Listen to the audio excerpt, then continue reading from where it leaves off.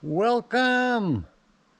If you're new here, there's all kinds of treats, all kinds of things going on. Gonna follow me. I've been doing some milling. I'm gonna get at it and do a bunch more here, get some more material that I need for a project I'm building.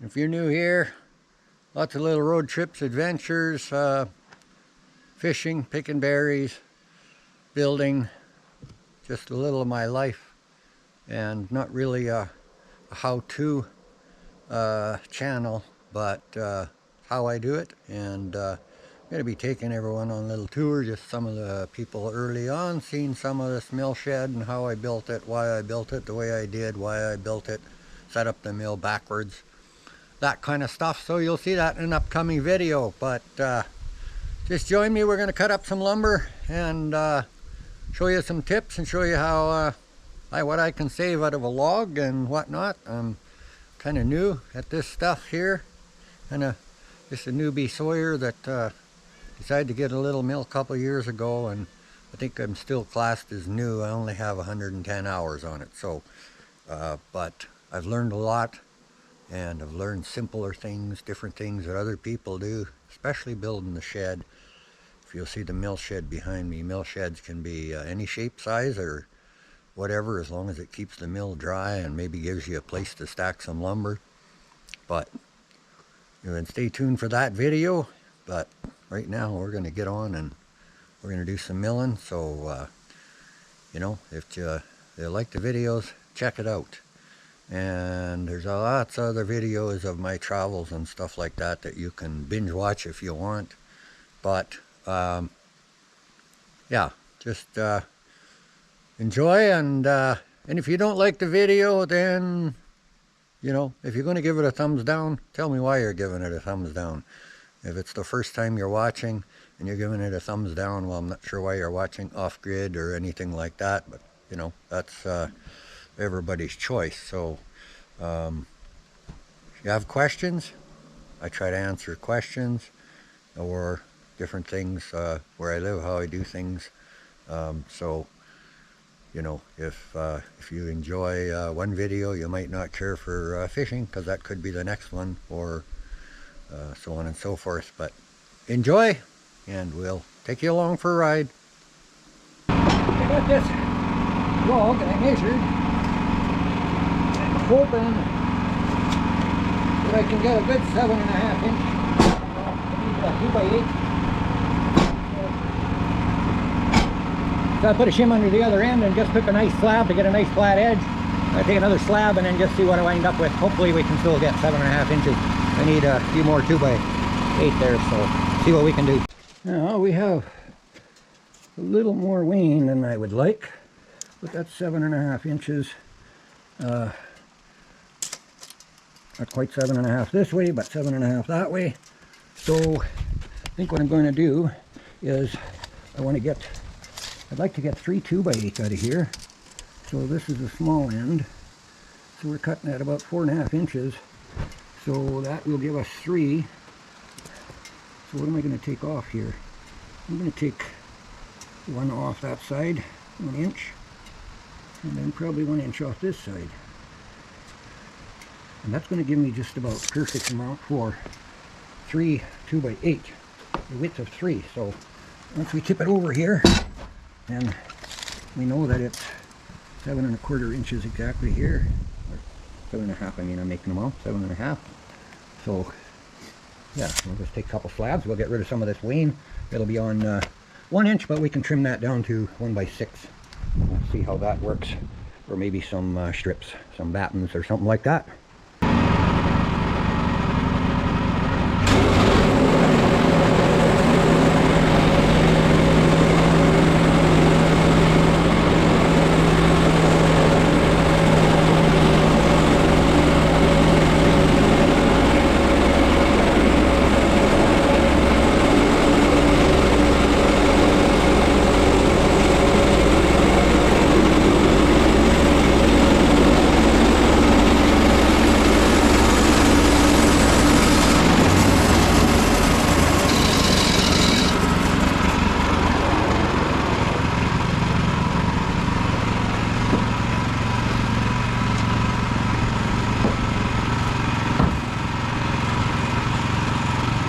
we just took a 1 inch off, and then that took care of all the wane except for just a little bit at the other end. So you see that. Now we're going to just drop our log stops. And we're going to take a 2x8. I think we'll take 3 2x8s, and we should be just about left with a 2x8, but it's going to have a little bark on the other side. See what happens.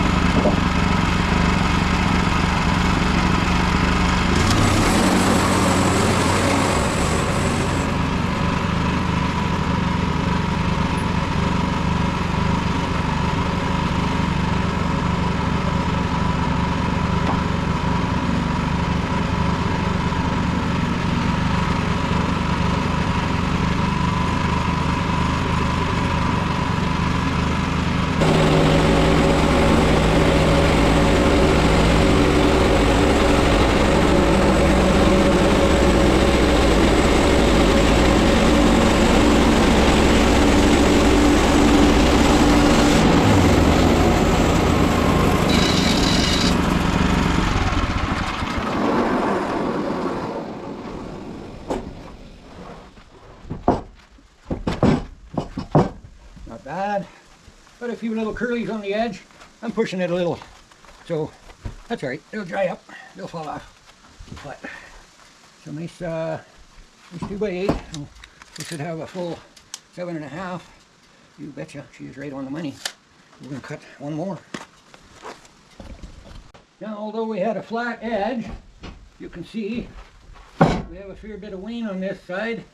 So instead of trying to pin it where there's wane, it can slide over your log stops or push crooked. So I always like to flip it over, make sure you got a flat edge down on your deck, make sure your deck is clear of anything that might interfere with being level, like a little piece of sap with a piece of bark stuck on it can throw you off by just about 1/16 of an inch. So I'm going to just throw this down this way, and if I have the full 3-inch plus the saw blade, that's good. If not, I'm going to get a really good 1x8 or 2x8 off the bottom, and should be a 2x8.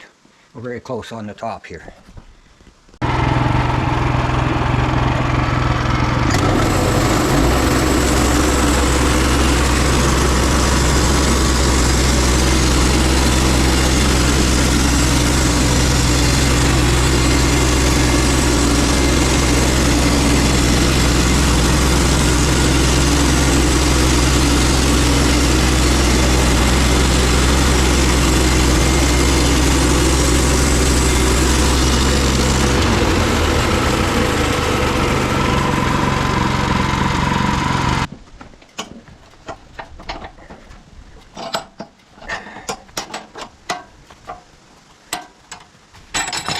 Now, you see we have 2 2x8s, but this one, it does not quite have square edge down here, so it does a little on the other side.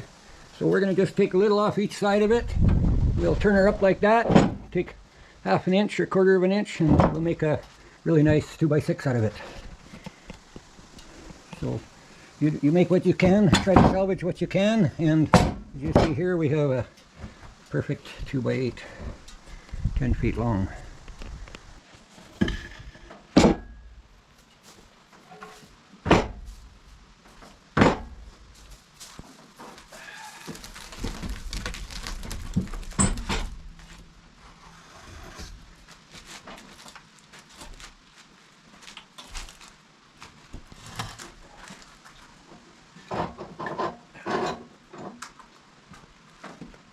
Well, that's about as simple a log deck as you can build when you don't have a tractor. You do everything by hand.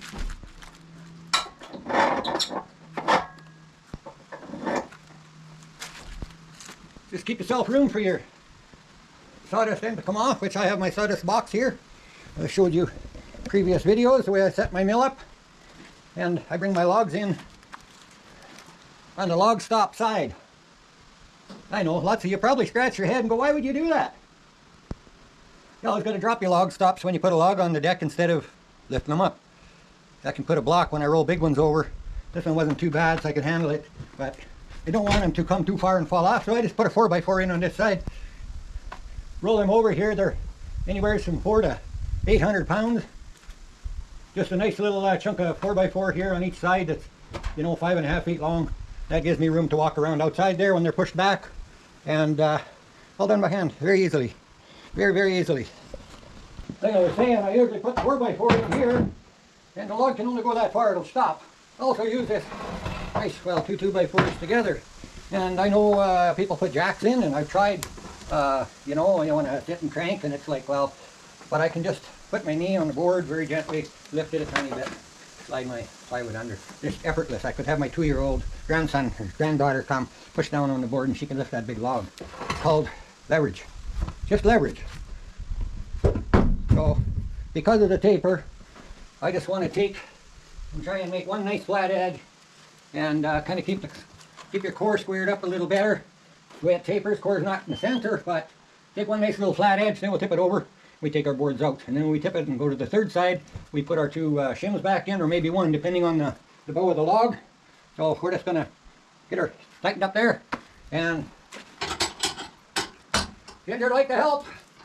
And we're going to stick a slab off of there.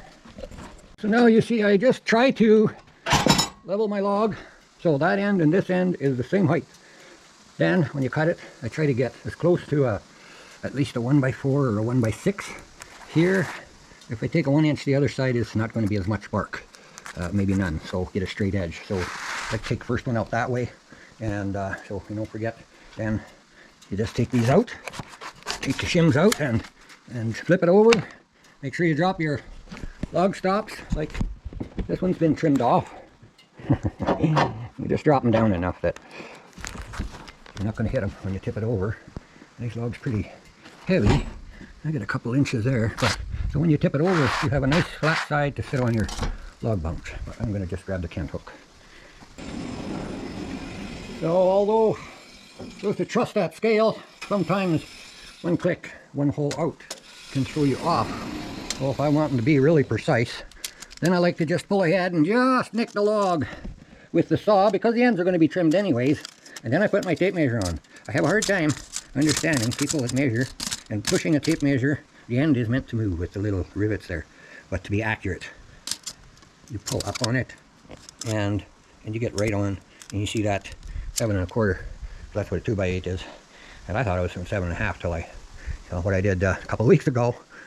I thought I better just go measure, and yeah, it wasn't. So 7 1/4 we're making, and so we can get that either direction out of this log. This is the small end, so you can see there that we have a total of 9 1/2, 9 3/4 inches, and I'm able to get a really good 7 1/4 and take slab there, and then we'll cut the 2x8. We'll be cutting this way, so we'll be tipping that over, and should be able to get about 4 out of that one.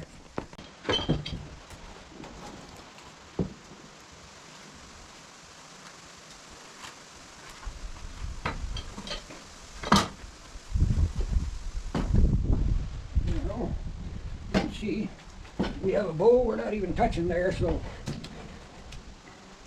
there's a bit of a hump in this log. I'm only going to put one shim. I'm just going to peel that top hump off of there. Oh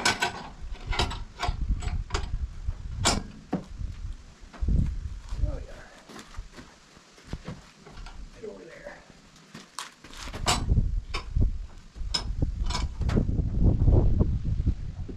Yeah, so just using one shim here, and she looks nice and square.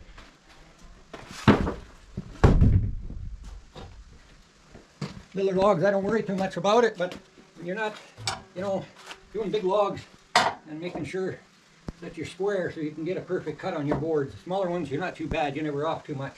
So when you put your dogs in, you can always turn that as you tighten, depending on how high you pin or how low you pin, where your log stops are, and that'll pull your logs. So see, we are, boy, that is about as close as you can get.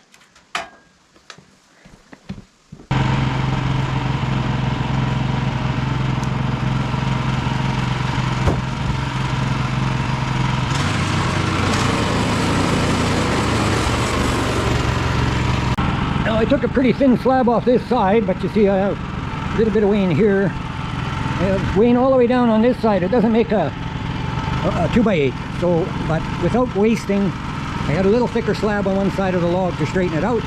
So I just, it worked out. If I cut it right there, it worked out perfect. I'll get inch and a half, inch and a half, inch and a half, all the way down. Okay. Now I could have took another half an inch or an inch, but then I have a half an inch of garbage in there. So this way, I'm going to pull this board off of here, and then you're going to see that we have 2x8s that can come off, and this board has that wane. I'm going to stand it up like that, and I'm going to take an inch off, inch and a half off of it here, and we're going to make a nice 2x6. And now you're looking at 2x8 that only has 2 little tiny pieces of bark there, so we'll make 4 nice 2x8s out of that.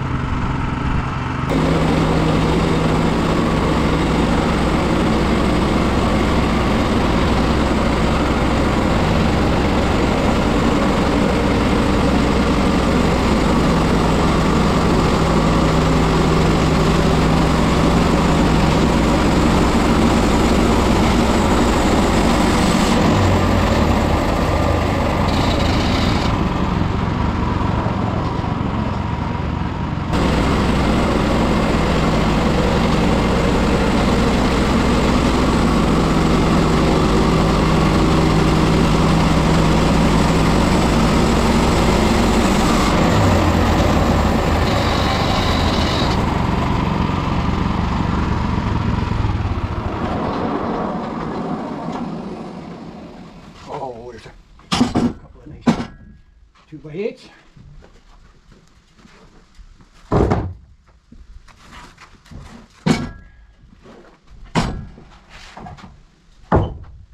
Now again, like before where I showed you a little bit, I'm going to keep these dogs down in the right place. You'll see what I mean, and you know, take a board, check your stops. I got close. The other one a little further away.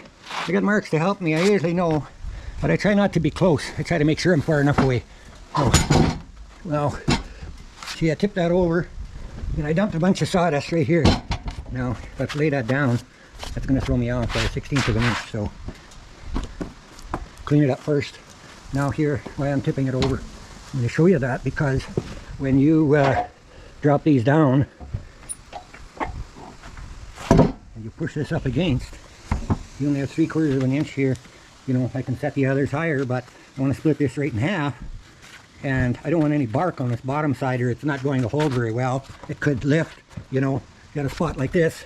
It's rounded, and if you push too hard, it slipped over. It could bind the blade, break the blade.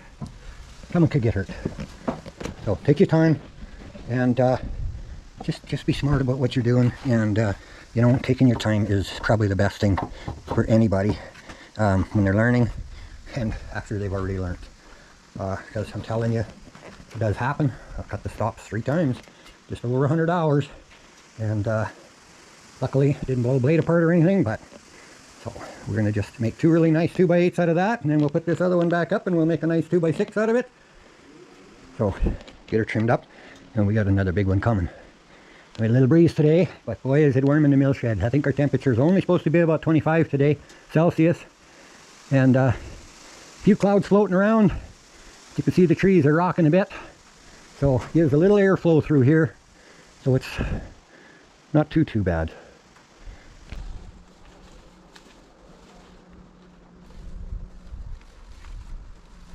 Oh, that might be enough. Oh, I'm going to have raspberries in Saskatoon, or ice cream and raspberries.